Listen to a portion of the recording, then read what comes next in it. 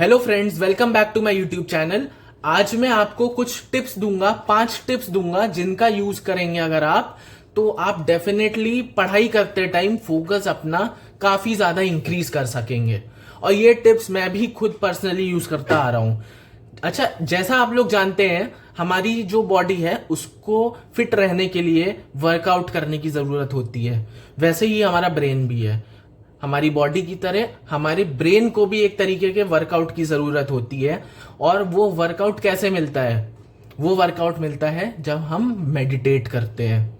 आपको सुन के बहुत ही अजीब लग रहा होगा कि भाई ये हम क्या सुन रहे हैं, अभी से हम मेडिटेट करने लग जाएं, ये तो बूढ़े बुजुर्ग लोग करते हैं। लेकिन आपको सच बता रहा हूं, ऐसी बात नहीं है। अगर आप इन्फ्लुएंशियल लोगों के इंटरव्यूज देखेंगे तो बहुत सारे ऐसे लोग हैं अलग अलग इंडस्ट्रीज में, अलग अलग फील्ड्स में, जो बोल चुके हैं कि हमारे सक्सेस के पीछे बहुत हद तक हमारे मेडिटेशन ने हमारा साथ दिया है, क्योंकि उसकी वजह से हमारी फोकस करने की एबिलिटी बढ़ चुकी है। मेडिटेशन करने के बहुत सारे तरीके होते हैं। सबसे आसान है कि आप किसी शांत प्लेस में जाइए, वहां पे आराम से comfortably you can lie down और सिट, और आईज क्लोज करके डीप ब्रेथ लीजिए 5 मिनट तक, धीरे धीरे डीप ब्रेथ। और जब आप ये प्रोसेस कर रहे हैं तो उन ब्रीथ्स को आप फील करने की कोशिश करिए कि हम इस काम को अभी कर रहे हैं, और ट्राई करिए कि और किसी चीज के बारे में उस समय मत सोचिए। ये सबसे आसान तरीका है मेडिटेट करने का। बहुत सारे और भी तरीके हैं जो कि एप्स में आपको मिल जाएंगे प्ले स्टोर पे। मैं पर्सनली क्लास 10 से मेडिटेट करते हुए आ रहा हूँ। एक पर्टिकुलर मेथड है उसके थ्रू। तो अगर आप लोग चाहेंगे तो आप मुझे कमेंट बॉक्स में बता सकते हैं। मैं डेफिनेटली अपने मेथड को आप लोगों के साथ आगे आने वाले वीडियोस में शेयर करूंगा। दूसरी चीज है एबिलिटी टू मल्टीटास्क। आप लोगों को लगता होगा कि जो हम मल्टीटास्किंग करते हैं अच्छी चीज है, पर मैंने आपको अपने पुराने वीडियोस में भी बताया है कि मल्टीटास्किंग हमारे लिए हार्मफुल है नॉर्मली, खास करके जब हम लोग पढ़ाई कर रहे होते हैं। So whenever you are studying you should focus कि भाई एक टाइम में मैं एक ही टॉपिक को पढ़ रहा हूँ, एक ही सब्जेक्ट के बारे में मेरे माइंड में चीज़ें चल रही हैं और दूसरी चीज़ों के बारे में नहीं सोच रहा हूँ। ऐसा नहीं होना चाहिए कि आप फिजिक्स के न्यूमेरिकल लगाते लगाते फिजिक्स की जगह केमिस्ट्री के बारे में सोचने लग जाए कि यार अभी मैं वो कर लेता हूँ। और एक और चीज़ है कि अगर आप कोई एक आपने सब्जेक्ट अपना पिकअप किया हुआ है तो एक सिग्निफिकेंट अमाउंट ऑफ टाइम तक आप उसको ही करिए। ऐसा मत करिए कि मैंने 1 घंटा आधे घंटे फिजिक्स कर ली, फिर केमिस्ट्री कर ली, फिर बायो कर ली, फिर मैथ्स कर ली, और ऐसे मैं अपने आप को स्विच करता जा रहा हूँ। एक बुक है डीप फोकस जो कि न्यूयॉर्क टाइम बेस्ट सेलर है। उसमें ये चीज प्रूव करी गई है कि जो भी हम वर्क करते हैं वो डायरेक्टली प्रोपोर्शनल होता है the time of us doing that work. और दूसरी चीज होती है इंटेंसिटी ऑफ फोकस। जब हम एक वर्क से ना दूसरे वर्क में शिफ्ट करते हैं तो जो हमारी कॉग्निटिव स्विचिंग एबिलिटी है ब्रेन की, वो ये कहती है कि अगर हम स्विच करते हैं वर्क को तो एक हमें टाइम रिक्वायर्ड होता है उस पर्टिकुलर जो फोकस से हम पुराना काम कर रहे थे उस तक वापस आने के लिए। और आप लोगों ने भी एक्सपीरियंस किया होगा ये। तो उससे अपने आप को बचाने के लिए ट्राई करिए, एक बार जब आप कोई काम लेके बैठे तो उसी काम पे ही फोकस करिए। So this is the second point. Third point is control your environment. जैसे आप स्टडी टेबल पे अगर पढ़ते होंगे तो आपको ट्राई करना चाहिए कि आपके आसपास का जो इन्वायरमेंट है वो साफ सुथरा, नीट एंड टाइडी हो। वहां पे डिस्ट्रैक्ट करने वाली चीजें ना हो। और डिस्ट्रैक्ट करने वाली चीजों से मेरा मतलब वीडियो गेम्स या पी या इन सब चीजों से नहीं है। मेरा मतलब है छोटी छोटी चीजें जिन पे आपका ध्यान जा सकता है। जैसे मैं जब पढ़ाई करता था स्टार्टिंग में तो कॉम्पिटिटिव एग्जाम्स के लिए, तो अगर मेरा मन नहीं कर रहा होता था पढ़ाई करने का तो छोटी छोटी चीजें, फॉर एग्जाम्पल अगर आपके टेबल पे कोई एक अलग टाइप का पेन रखा हुआ है या सैनिटाइजर रखा हुआ है या कुछ भी रखा है, तो उसमें क्या लिखा है उस पे ध्यान जा रहा है। वो नहीं जा रहा है तो बस आप देख रहे हैं कि भाई मतलब ब्लैंक एकदम आप हो रहे हैं। तो उससे अपने आप को अवॉइड करने के लिए ट्राई करिए कि आपका जो इन्वायरमेंट हो वो डिस्ट्रैक्शन फ्री हो, कम से कम चीजें हो, जितना आपके काम भर का ये चीज है वो ही आपके पास हो। अच्छा, दूसरी चीज इसमें यह भी है कि मैं जैसे स्टार्टिंग में बेड पे बैठ के पढ़ने की मुझे आदत हो गई थी, आप में से बहुत लोगों की होगी है, तो आपको लगता होगा आपको ये बहुत बेनिफिशियल है। हो सकता है आप अच्छा परफॉर्म भी कर रहे हो इस ऐसा करने के बाद।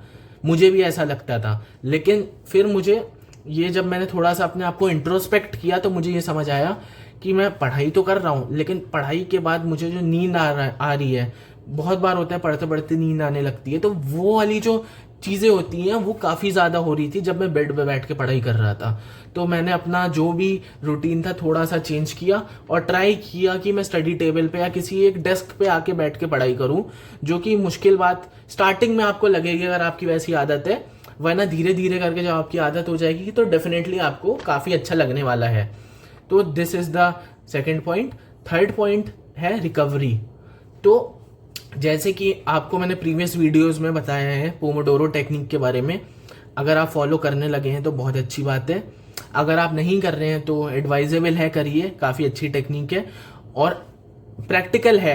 आप में से कुछ लोगों ने कमेंट किया था कि भैया ये तो प्रैक्टिकल ही नहीं है, ऐसी बात नहीं है, काफ़ी ज़्यादा यूजफुल टेक्निक है जिसमें आपको टाइम लगेगा स्टार्टिंग में उसको अपने लिए एक तरीके की रेगुलरिटी उसमें लाने के लिए। अगर आ जाती है तो उसके बाद नथिंग लाइक इट, बहुत आपको फ़ायदा होने वाला है। और अगर नहीं आती है तो ऐसी और भी टेक्निक्स हैं जो कि आपका फोकस बूस्ट करने के लिए यूज़फुल हैं, बहुत सारे मेथड्स हैं, आगे जाके मैं आपको वो भी बता दूंगा, तो अगर आपको वो अच्छा लगे तो उनको भी फॉलो कर सकते हैं। तो एक तो ये पॉइंट हो गया कि आपका, जैसे हम लोग जब कोई भी काम करते हैं तो हमारे जैसे ब्रेन को एक रिकवरी टाइम की ज़रूरत होती है, तो वही पोमोडोरो टेक्निक में आपको छोटे छोटे इंटरवल्स के फॉर्म में मिल रहा था। अब ये हो गया अपना थर्ड पॉइंट। जो फोर्थ पॉइंट है प्रैक्टिस। बिल्कुल आपने सही सुना, प्रैक्टिस। सब लोग सबसे बोलते हैं कि भाई practice makes a person perfect. तो ये जो परफेक्ट बना रही है प्रैक्टिस, ये एक्चुअल में है, जितना ज़्यादा आप काम करेंगे, जितना ज़्यादा आप डेडिकेटेड रहेंगे, उतना ही ज़्यादा आपको काम अच्छा लगेगा। और अगर आपको कोई काम अच्छा लगने लगेगा तो फोकस भी ग्रेजुअली आपका उस काम करने में इंक्रीज हो जाएगा। और आप देखिए, सबसे आसान फोकस उसी चीज़ में करना होता है जो चीज़ आपको अच्छी लगती है। और पढ़ाई या कोई सब्जेक्ट आपको तभी अच्छा लगेगा जब आपसे उसके क्वेश्चंस हो पाएंगे, जब आपको उसके कंसेप्ट्स क्लियर होंगे। तो अच्छा स्टडी मटेरियल, अच्छी तरीके से उसको पढ़ना, अच्छी तरीके से अच्छे क्वेश्चंस लगाना जिससे आपके सारे कंसेप्ट्स क्लियर हो, बहुत ज़रूरी है। तो ये हो गया रिकवरी टाइम, फिर हो गया प्रैक्टिस, और जो लास्ट चीज़ है वो है मेक डेडलाइंस। ये भले ही मेरा फिफ्थ पॉइंट है, लेकिन ये सबसे ज़्यादा इंपॉर्टेंट पॉइंट्स में से एक है। डेडलाइंस बनाना बहुत ज़रूरी होता है। आपने कभी नोटिस किया एग्ज़ाम से एक दिन पहले आप जितना पढ़ाई करते हैं वो, और जो आप एक महीने पढ़ाई करते हैं वो, जो अब एग्ज़ाम्स नहीं होते हैं, आप मानेंगे नहीं, लेकिन आप अगर अभी थोड़ा सा उसको सोचिएगा, एनालाइज करिएगा, तो ऑलमोस्ट कंपेरेबल होता है। ऐसा क्यों होता है?